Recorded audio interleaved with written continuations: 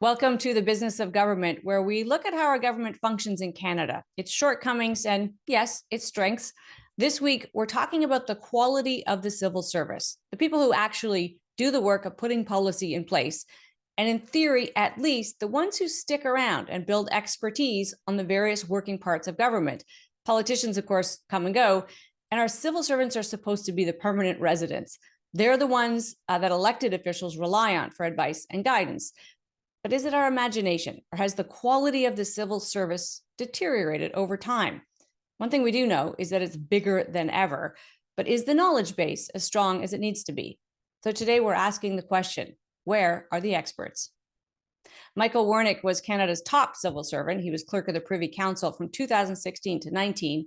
He's now the Jaroslawski Chair of Public Sector Management at the University of Ottawa. Michael, thanks for being with us. So, Michael, I want to start with this suspicion, I think you could call it, that people have that the quality of our civil service is different than it used to be, that it's deteriorated over time. Can we start there? Or do we have less talent, less expertise inside the civil service than 20 or 30 years ago? No, I don't think there's any evidence for that. Maybe a bit of nostalgia from people that left and you think things were better in their day, but the evidence is that, in a more and more demanding environment, public sector, federal, provincial, municipal continues to deliver for Canadians. So when you say continues to deliver, how do we measure that? How would you, both formally in your role, but across your roles in government, say this is effective and it's working? Well, what governments try to do hasn't really changed that much. It's about keeping us safe and secure, generating economic growth and prosperity. There are distributive issues. There's how to engage in the world.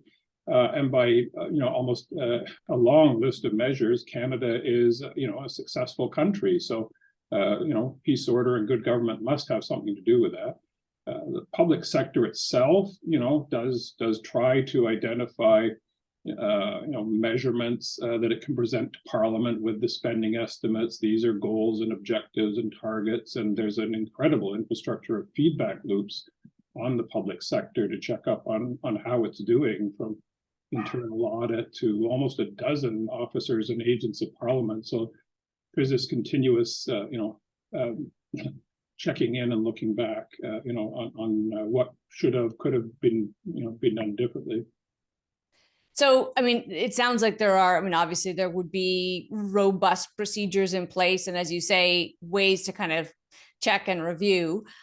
If anything, what we hear is there may be too much of that there may be too many layers, too many kind of making sure that this will stand up to tests down the road. Do you see any evidence of that we have maybe too many, I don't want to say bloated or, because these become such loaded terms. But you do get the sense from people who've been inside government that there is a lot of bureaucracy in the bureaucracy. Well, it's an interaction with democratic politics, because a lot of it is a political response. Something happens and the instinct of ministers is to add rules and constraints or to add oversight bodies. And that's perfectly understandable. We tend to add and add and add, and it's much more difficult to strip them away and delayer some of that. The oversight is a good thing. I don't want to be misunderstood. It helps people learn and adapt and do better in the future. But there's this kind of axis, that works between all of the feedback loops, their institutional media coverage, which tends to focus on the problems, opposition politics, and so on. And there is a risk, which we see, of a kind of chill. The people get risk averse. They don't want to get into trouble. That applies to ministers. It applies to public servants, and they become cautious and incrementalists. And that's clearly a problem, with large organizations of any kind. That's very true. We certainly in the private sector, we certainly have evidence of that, where there's maybe a disconnect a little bit between kind of your activities and the end goal, and the bigger the distance, the less sort of, responsiveness you can get.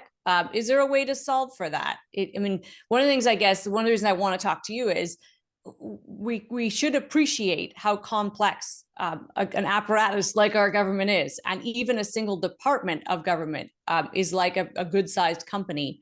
And so I don't want to diminish that in any way. Are there ways that we could take out some of those impediments to more direct and effective behaviors?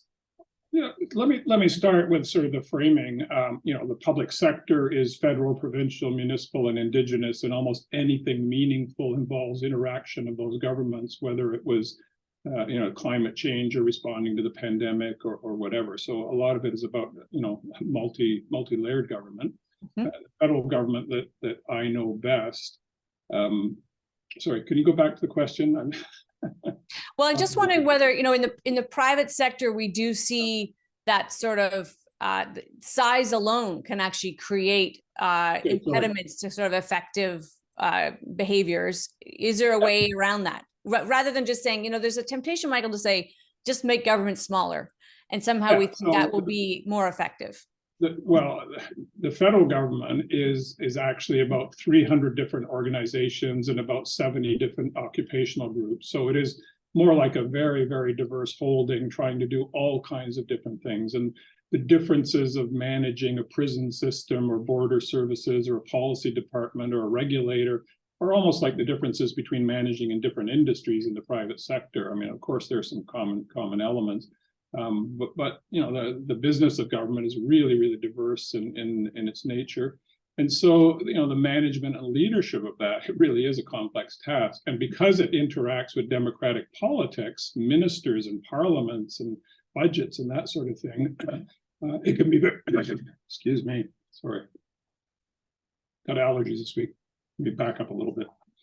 Yep. Or makes sense. Almost no sentence about the government or the public service will hold up to closer scrutiny. You almost have to look at specific organizations. There are pockets of excellence and innovation. There are organizations that run into trouble. What I'd say is a common element is, do you have that learning software where you can take in new information, you can learn from mistakes, and you can commit energy and resources to doing better?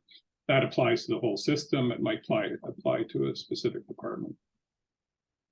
So let's drill down on that a little bit, because I think it's an important point to remember that this isn't one behemoth. And to your point, it's actually multiple organizations inside an organization interacting with other organizations, other levels of government. So complexity on complexity. In your tenure, did you see departments that really got that right, that managed a culture of innovation, learning environment, that really did kind of strive for excellence? And what were the qualities of those departments? I think there's lots of stories. They don't tend to get as much attention as the ones that run into trouble. That's understandable. And so one of the things I tried to do in my reports to the Prime Minister on the public service is tell some of those hidden in plain sight stories. The evidence is there that the kinds of services that are delivered to Canadians, particularly transactional services, are completely different than they were even 10 years ago. So people adapted to the internet, they moved services to the web, they added social media. Now they're dealing with Zoom and Teams for getting work done. About 85% of Canadians' transactional relationship with the government of Canada is now online. It's on websites and apps. And We're now having a discussion about artificial intelligence and GPT. So there's always a wave of innovation. I just saw a story posted this week about how Statistics Canada has adapted to cloud computing. It's not a sexy news story, but it's an important work by Statistics Canada. Yeah, I mean, so for every one of those, unfortunately, I think we could point to Canada Revenue Agency and the fact that it's not automated, and that we have these. Sure, but if there's a well-known phenomenon that you can make a graph look steeper or flatter depending on the time scale you use. And if you think about the way CRA worked 10 or 15 years ago, it has moved to my account, it has moved to personalization, it has moved to uploading of your tax documents proactively. Yep. So we're in the next wave of service improvement, and I think it's sometimes difficult to see the perspective. You can renew a driver's license in seconds now. You can pay online. Your money comes in through direct deposit. You don't have to go very far back where none of these things were true. Yeah, I mean, I like the looking on the bright side of this, because to your point, it rarely happens that people actually kind of take a really unjaundiced view of how things are functioning. So then let me challenge you a little bit to say, what would you say isn't working well? If we're doing pretty well, and as you say, peace, order, good government, we seem to have all of that. Where could we improve? Where's the what we would call opportunity in a 360 review? Well, it's not hard to get ministers and governments to pay attention to transactional services that, that Canadians interact with. So if there's a problem with passports or immigration processing or EI, it will get fixed. People will invest the money and resources. One of my themes is what gets neglected and rusts out almost literally are all of the internal services: finance, human resources, information management, material management, buildings, tools. These are the kinds of things that make everything else possible. Mm-hmm. And not only do they tend to get neglected until there's a crisis, but when you have one of these waves of spending reviews and cuts, they tend to be the things that are cut, because any group of politicians will go out and say, no, we're protecting service to Canadians. We're going to find efficiencies within government.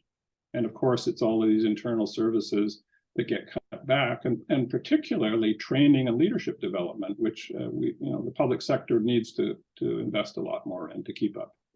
One thing we've heard is just on that front that the top civil servants, the deputy ministers, but also the associates and assistant deputy ministers, tend to get moved around, and that that can be a bit of an impediment to building up their subject matter expertise, if you will, that their own kind of career development suggests they should be moved, but that from a minister's point of view, they lose some of that institutional knowledge too frequently. Would you say that's a fair concern?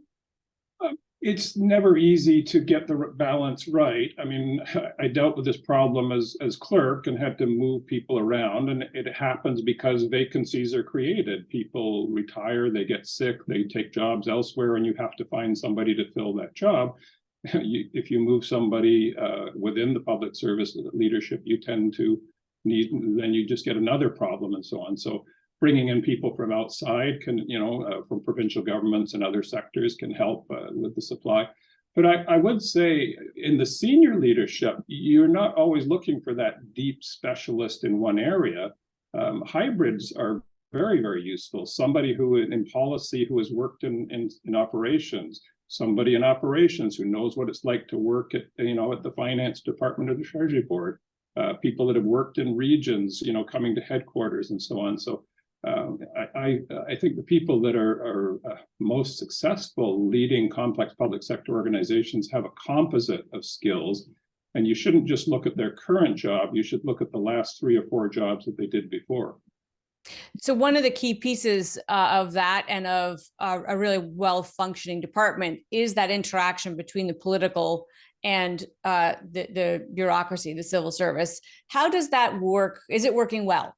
Are we getting kind of the best out of those relationships? I wrote an entire book about this. If people want to dig into it deeper, there's a natural sort of tension in it, and when it works well, it's magic, because you need political leadership, to change things. So the pair bonds between ministers and departments keep changing as well. There's been a complete turnover of the cabinet that I worked with only 6 or 7 years ago. So the churn happens on both sides. So, and I guess we can touch on the fact that you also were quite involved in the ways that the politics of a thing can interfere with the policy of a thing, perhaps unpleasantly in some cases. Is that well managed? And I say that from the point of view really of leaving aside kind of political stories, the bureaucracy trying to get things done, having a view about the longer term progress towards something, and sort of being, I don't want to say thwarted, Michael, but it being interrupted by some political realities of the day. Well, it's more complex than that. Sometimes you get forward-looking ministers who, have an eye to leaving a legacy and doing things that they won't be around to see the full fruit of. And governments do a lot of that. They make investments in infrastructure, and they make investments in learning programs. I could go on.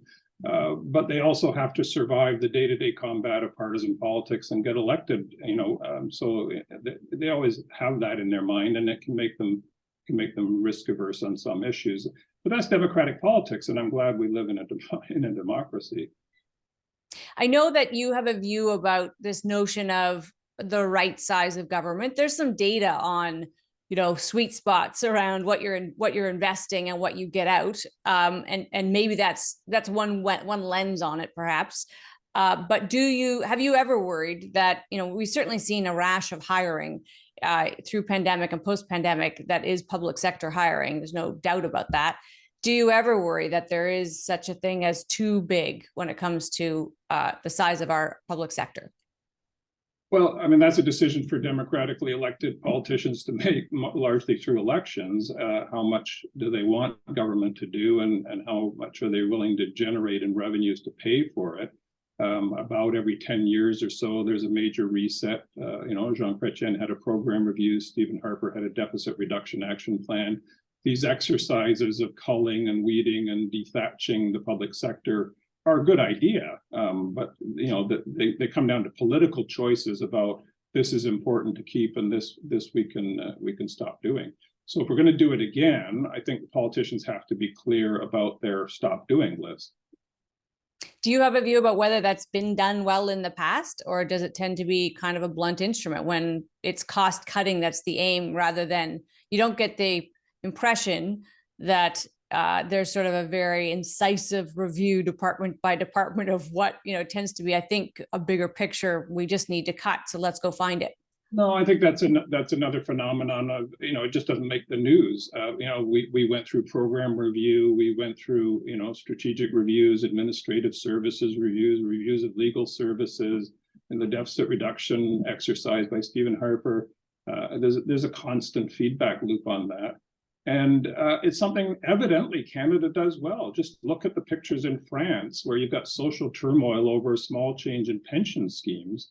We fixed our public pension plans, twice, and we've gone through all kinds of major structural reforms in Canada without that kind of turmoil. In the program review that Jean Chrétien and Paul Martin did, we went from a deficit that was about 6% of GDP to balance and surplus within 4 years. Mm-hmm. I don't think there's another country in the G7 that could pull that off. It was impressive, and provinces would say it came at a cost to other governments, I think. But sure, but they're, they have their answerability to their voters as well. Any provincial premier is free to raise income tax or sales tax or corporate tax and make up the difference. Do you worry that kind of focus on fiscal balance is missing these days? Does that concern you? That's that's for the 2025 election. If people want a government that's running small surpluses, they should vote for one. I don't think it really matters whether that government is running at 15% of GDP or 13% of GDP. We have to make decisions. What's important to Canadians, whether it's health transfers or bulking up defense spending for a more dangerous world, or better infrastructure in our cities. Politics is about choosing. One subject that has gotten a fair amount of attention lately has been the size and quantity of consulting contracts. And I know you've written about this. You've obviously had lots of time to be involved in these kinds of thinking around these things. Is it worrisome that we seem to be outsourcing knowledge and decisions in this way, if I can put it that way? Well, as I told the parliamentary committee, I've never seen management consultant firms play a role in policy. I've seen lobbyists, I've seen special interest groups play a role in policy, but never management consultants. They basically are in the area of service delivery, operations, and transactional kinds of things. They bring expertise from working with private sector clients, in the financial sector or telecom or services or tech. Technology is changing so quickly. We could talk about the arrival of cloud computing and social media and AI. The idea that the public service could keep up all by itself is just fanciful. You need to bring in outside perspective and expertise. Some of the antidote to that mentality of, well, this is the way we always do things, is to find out how it's done elsewhere. So I think, well used, they can play a very positive role in keeping the learning software going. If people are worried about a dependency on outside firms, then my answer would be, what are you going to do about it? And I would double the investment in training and leadership development so the capacity, in-house is made stronger.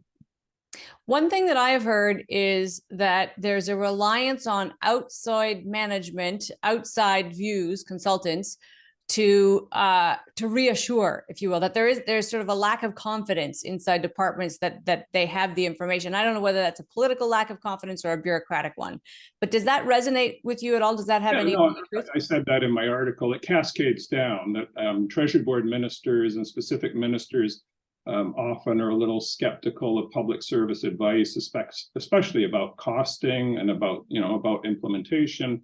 They do seek reassurance from a good housekeeping seal, to use an old metaphor, and that's a common reflex by ministers. And I don't think ministers should be expected to depend 100% on public service advice about these things. But it cascades through into the public service leadership as well. That but it's good practice to use outside auditors. It's good practice to bring in external legal consultants, to check on the advice that's being given. So they can play a complementary role to internal capacity that can actually be helpful. I guess what seems surprising to many is that the sheer dollar volume of consulting contracts rose as the bureaucracy swelled as well. In other words, we have more people on staff, and we're also outsourcing some of this work. Well, as I told the committee, it's not a zero sum. It's not a teeter-totter. It just means there's more work. There's more projects at a faster, larger volume at a faster pace with shorter deadlines. So there's more work for everybody, more work for public servants and more work for external contractors. If you want to slow it down, then you have to slow down the pace of work and make decisions about, well, this is no longer urgent, or we're not going to do this anymore. Those are hard decisions to make. They are. I'm curious for your view on that relationship between the political side, so the minister, if you will, and the civil service. I mean, you alluded to this, that there can be sometimes a little bit of, you didn't say tension, but I'm going to say tension between the two. Is that relationship working for the most part as it should, or is there something we could do to improve it? I think it generally works quite well. And again, the evidence is things get done, and this is a successful country. And it is an open, transparent, democratic country that ranks very highly in all the governance measurements around the world. So evidently something is working. You can end up with pair bonds where you have a difficult relationship. I talk about this in my book. Sometimes it's the minister, the chief of staff. Sometimes it's the senior official. And it's really important at the top level. The 80 or so senior leaders at the top of a pyramid of over 300,000 people are the ones that spend the most time with ministers. That having a good, trusting, working relationship is essential. One of the suspicions I think you'd find most of your fellow Canadians harbor is that there is bloat inside departments, that if we could get in there and simplify, and that there'd be tons of cost cuts available. Are you here to say that work does get done and what's available does get cut, or do you think there is still some room in there for more leanness or efficiency? It's always worth trying to do better and be leaner, and sometimes a broad spending review will help. The hardest argument to make, though, is we need to make an investment to do better. We need to replace the IT system, and it's going to cost you before you see the return. That's a very difficult argument to get approval for. And so, if you really want to go at that, you also have to be prepared to make investments in training, in new technology. Follow best private sector practice is you spend money on tools and technology and training, and I'd like the public sector to do that as well. There is a perception, even when some of those investments are made, and Phoenix is the one that comes to mind. It's sort of the famous one, but there's this perception that we don't do a good job, whether that's implementing a big projects, whether that's procurement over time. Again, how do you reframe that for us if you want to? Is there another way to see those things? There's no way to defend the specific incidents, but IT project failures are rampant in the private sector as well. It is a tough thing to do, and to do well. And I could finger point to other examples, in the private sector. The risk tolerances and the cybersecurity risks associated with the public sector make it, doubly hard in some ways. So clearly, we just have to keep working on new technologies, whether it's Zoom-based work platforms or what artificial intelligence is going to do to some of the service delivery and so on. If I can go back to it's worth trying to make the operations of government leaner, but you're not going to balance the budget on that. Overwhelmingly, what the $400 billion the federal government will spend this year will go to are transfers to provinces and transfers to individuals. There are 6 big programs account for about 2/3 of the dollars. Mm-hmm. So you could cut the public service in half. You would save $20 billion. It's not going, so it's worth doing because better outcomes and better services and better policies, are the result. But it's not going to be the key to fiscal balance. That's a fair point, that it's not the big budget item, and maybe we shouldn't pick on it. You've alluded to the fact that our government functions well relative to others. Mm-hmm. Are there countries that you would look at and compare us to and say we should emulate? Are there any other countries out there or functioning governments that you think get something better than we do?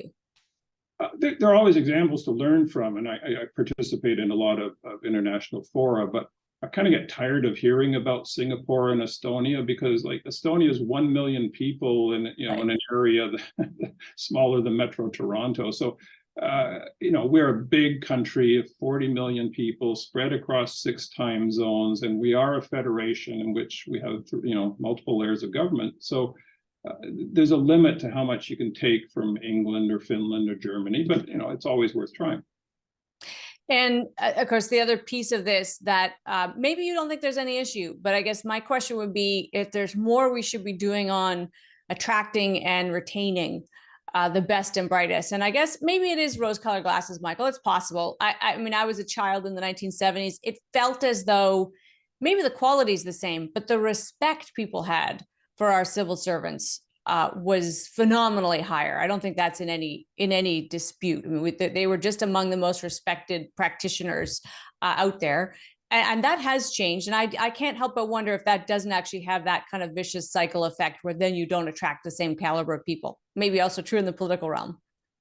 The evidence is I never had trouble attracting good talent. And there were people from law firms and private sector firms and universities willing to come in and spend some time in government. They may not want to devote their entire career to it. I'm an advocate of more interchange. It's a good idea to have people crossing from the private, public, and not-for-profit sectors for a period of time and learning about what it's like on the other side. We only do handfuls of that a year. We should be doing probably 100 to 200 interchanges every year. And then people go back to their private sector careers, or they do their government job with a lot more awareness of the rest of Canada. There is, when you do get those successes, especially people who are bringing special knowledge, special experience, there's this perception, and again, we can find pockets in the private sector, so maybe it's not fair to pick on government, but it's a super important service for all of us, so I'm going to pick on it a little bit. There is this impression that the kind of big ideas, the fast-moving people get slowed down, that there's a weight to the system that stops things from happening the way they might, as fast as they might, or at all. Any truth to that? Well, you work in an environment with a very different risk tolerances, as I talk, so definitely. And you work in a place where authority and decision-making is far more distributed than it would be in, the top floor of a corporate office tower where you can walk around to 5 people and get a decision. And there's this feedback layer. So, managing at the top levels of the public sector is far more difficult, but my experience is that that's the challenge and that's the reward. And being an innovator and a reformer in the public sector is a very rewarding career. One of the things we spend less time on in general is thinking about innovation in services, although companies do it, of course, by way of their own business models. do we innovate enough in the delivery of government services? Is that a constant process as well internally? Well, I mean, there were no iPhones in 2007, and now people do all kinds of things on apps. So, evidently a lot of transactional services have migrated to the internet, to, interactive websites, to phone apps and so on. And that will continue, as AI-driven chatbots, become, frontline services and so on. Blockchain will affect, payment systems and so on. So that there'll be a constant wave. I don't think the public sector can ever be the first mover because of that, that risk tolerance. An IT failure in government, is something that can end the career of a minister or, a senior official. So that the art in it is spotting things that are happening in the private sector and the technology world, and saying, okay, now how can I apply this to, to the business or the service that I'm managing? And that's a constant effort by the public sector. Starting from the position that you think things are pretty good, because I don't want to make this next question sound like I haven't been listening. I think you think that our government functions pretty well and the bureaucracy works. What would you put on a list of things that would improve it, that would make it even better? I don't want to be misunderstood. There are lots of things to attend to. Information management within the government is a shambles, and I told the parliamentary committee that very directly. The public sector does not invest enough in training and leadership development, and I told the parliamentary committee that directly. There are obviously areas of service that that need to be fixed and corrected when problems are detected. I'm not making the argument that government is perfect. I'm making the argument that it learns and adapts and moves forward, and more attention to how it works, especially how it works internally, is very, very welcome. I'm glad you're doing this series. It is so important to the security and prosperity of of Canadians that we should pay more attention to how the public sector works. And also occasionally admit that it's getting it right. Well, I get more irritable with all the commentary which kind of trash talks the country as if we're some kind of failing Stalinist gulag, when all of the evidence is we're one of the most successful societies and countries in the world, both in terms of prosperity and quality of life and inclusion. There's a whole other theme we could talk about that nostalgic public service of the 1970s and 80s was run by white males. And there's been an arc of inclusion to bring women into leadership roles. The public service I joined, you could lose your security clearance for being gay, and that's the language of the time. A lot of effort to catch up to the diversity of a country where a quarter of Canadians were born outside this country. I could go on. The public service now is 55% female, and half of the leadership ranks are female. I don't think we want to go back to some nostalgic time, of old white men sitting around the Rideau Club. Michael, some of the time it feels as though people think, you could just get rid of government. It's not playing this particularly useful role, or it's an encumbrance, if anything else, to this hardworking private sector that wants to get things done. What's the reality in your view of that? Well, the reality is that private and public sectors are completely codependent. I mean, there would be no public sector if there was no growth and income and wealth to tax to pay for things. The lesser known part of it is how much of private sector growth and innovation comes from government. There's some obvious parts to this that we tend to only think about, from time to time. The Coast Guard and border services and the seaway authorities make commerce possible for a trading nation. It's $250 billion a year through our ports, $3 billion a day across the Canada-US border, as we learned during the pandemic. The government procurement is important to the demand and the prosperity of all kinds of businesses across Canada. I think the least known one is how much innovation came out of the public sector, either government research labs or government research grants. The entire consumer electronics industry came from alkaline batteries, which were just invented at the University of Toronto. Everything on a smartphone came from the public sector.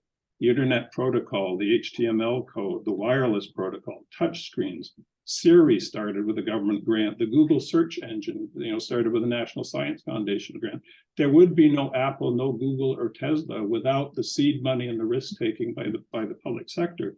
The entire fracking industry came from U.S. Energy Department grants. The pharmaceutical industry, comes from medical research grants and university research. The grains and oilseeds industry comes from experimental farms and government research and so on. There'd be no biotech. I could go on and on. So I think it's better to think about the interconnection and the codependency that, for Canadians, when you have a strong public sector, you get a strong private sector and vice versa. And it is something that Canada does better than many other countries.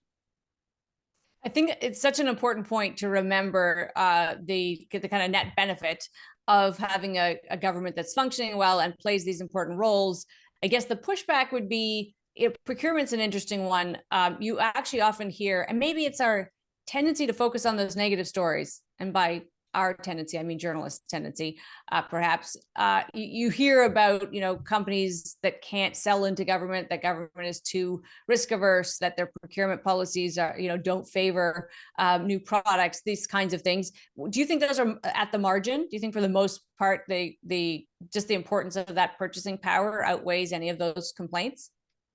Well, I mean, the complaints are probably coming from unsuccessful bidders, which sounds a bit unkind. I mean, procurement is a very complicated process, but it's carrying all kinds of objectives, and value for money is only one. Politicians have loaded it up with regional development and supporting small business and promoting Canadian champion companies and, tracking greenhouse gas emission targets and supporting equity-seeking groups to build businesses, and I can go on and on. There's a lot of layers to procurement policy, and because we're an open trading nation, it has to comply with our trade agreements with our partners. So it's difficult to make procurement processes work fast. The ones that get attention are the big dramatic, once in a while we buy 88 fighter jets, but there's a lot of routine public service procurement that works very well, and just isn't really newsworthy. I think most people would agree that, at least optically, when we do buy fighter jets, we don't do a good job of it. It takes too long, and it costs more than we thought, and we see a bunch of reversals of decisions. Is that a political problem or a bureaucratic one? Bit of both. I'm not aware of any country that really is happy with its defense procurement system. The Americans aren't, the Brits aren't, the French aren't. So it is a particular challenge. It's a topic for another day, whether defense procurement could be made to work better.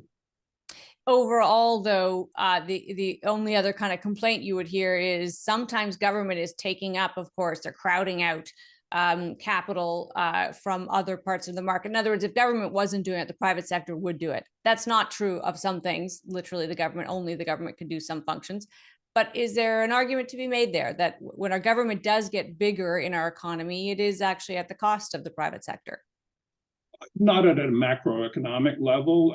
There's no evidence of shortage of capital for the private sector, and the public sector often fills in risk zones that the private sector lenders are not willing to take. I mean, that's why we have a variety of government credit institutions, like BDC and ECC and the farm credit and so on, because the market isn't fully fulfilling that space. Sorry, what was your? I guess the bottom line is the message that you might share is that we should remember the benefits, the codependency, I guess, in a very positive way, of both public and private sector. They're not two solitudes. The key point is, the boundaries between what government does and what the private and not-for-profit sectors do, and let's not forget the 80,000 Canadian charities and not-for-profits, is a matter for democratic politics to settle. We can pick people that would prefer things to be outsourced or privatized, and we pick people that prefer they be delivered directly by government. That's a choice we can make in a couple of years. So good to have you. Appreciate your time, Michael. Well, thank you for your interest. I think as I said, peace, order, and good government's in the interest of all Canadians. On the next episode of The Business of Government, remember nudge policies? The use of behavioral psychology to help govern was a big change in the mid-2000s. But in a world of increasingly polarized views, does a nudge still work? Or do you need something more like a sledgehammer? That's coming up on The Business of Government.